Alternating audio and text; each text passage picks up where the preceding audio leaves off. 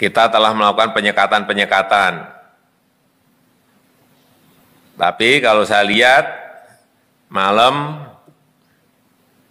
juga pagi tadi, saya ke Pulau Gadung tadi, saya lihat masih cukup ramai. Tadi malam saya ke kampung juga ramai banget. Artinya penyekatan ini mungkin perlu kita evaluasi. Apakah efektif juga menurunkan kasus? Karena ini yang terkena sekarang ini banyak yang di keluarga-keluarga. Atau ada strategi lain yang mungkin bisa kita intervensikan ke sana.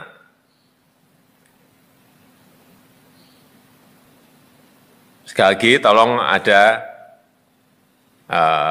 kajian yang lebih detail mengenai penyekatan ini. Karena menurut saya, kuncinya itu sekarang memang justru ada karena klasternya sudah masuk ke keluarga. Kuncinya itu justru adalah urusan memakai masker. Kedisiplinan protokol kesehatan memakai masker terutama.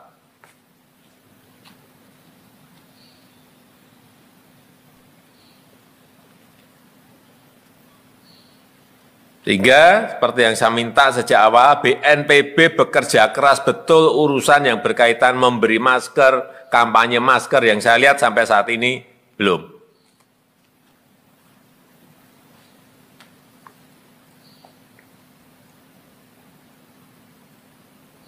Kemudian hati-hati dalam menurunkan mobility index mengenai penyekatan dan penanganan terhadap masyarakat, terhadap pedagang, PKL, toko. Saya minta kepada Polri dan juga nanti Mendagri kepada daerah agar jangan keras dan kasar. Tegas dan santun. Sambil sosialisasi memberikan ajakan-ajakan sambil bagi beras. Itu mungkin bisa sampai malahan pesannya. Saya kira peristiwa-peristiwa yang ada di Sulawesi Selatan, misalnya Satpol PP, memukul pemilik warung, apalagi ibu-ibu, ini untuk rakyat menjadi memanaskan suasana.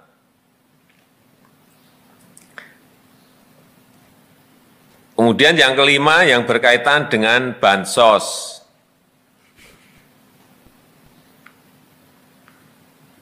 Saya minta jangan sampai terlambat, baik itu PKH, baik itu BLT desa, baik itu bantuan sosial tunai, BST, jangan ada yang terlambat. Dan yang paling penting lagi adalah bantuan beras, bantuan sembako. Minggu ini harus keluar. Percepat, betul-betul ini percepat. Saya minta Kabulok dan utamanya Mensos,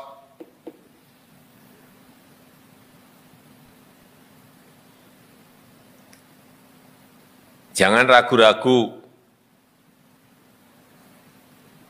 karena prinsipnya adalah yang paling penting kita ini nggak nyuri, nggak ngambil. Prosedurnya tolong dampingi BPKP, termasuk dalam hal ini pemberian obatan gratis, obat, suplemen, vitamin gratis pada rakyat. Ini sangat diapresiasi, tetapi jumlahnya sangat-sangat kurang. Tadi malam saya ke kampung, hampir semuanya senang dan minta obat itu.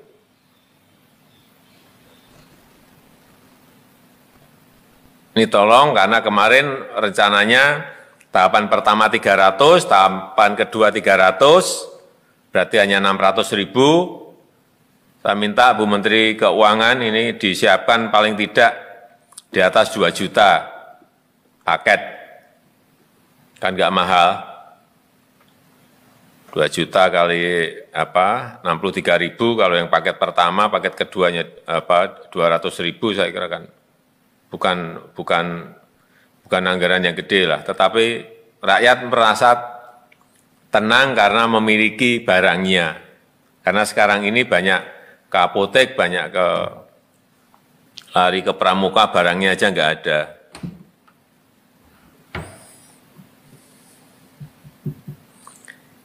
Yang keenam, yang berkaitan dengan komunikasi. Publik itu yang menimbulkan optimisme, yang menimbulkan ketenangan. Karena terus terang aja masyarakat ini khawatir mengenai COVID yang naik terus, kemudian kematian tinggi, kemudian juga yang berkaitan dengan urusan makan, urusan perut, ini hati-hati. Jangan sampai di antara kita ini tidak sensitif terhadap hal-hal seperti ini.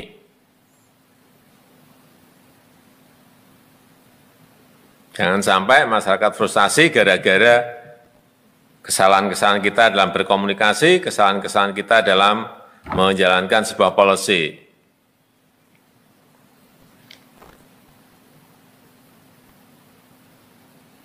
Yang ketujuh, yang berkaitan dengan Idul Adha, saya betul-betul minta agar dikomunikasikan dengan baik.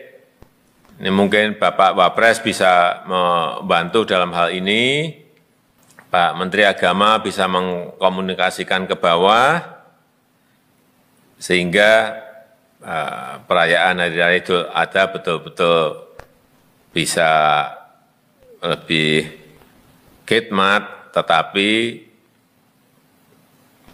semuanya bisa menjaga protokol kesehatan. Kemudian yang terakhir, ini pertanyaan dari masyarakat sekarang ini adalah satu yang penting yang perlu kita jawab. PPKM darurat ini akan diperpanjang tidak? Kalau mau diperpanjang sampai kapan? Ini betul-betul hal yang sangat sensitif, harus diputuskan dengan sebuah pemikiran yang jernih, jangan sampai keliru. Saya rasa itu mungkin yang bisa saya sampaikan.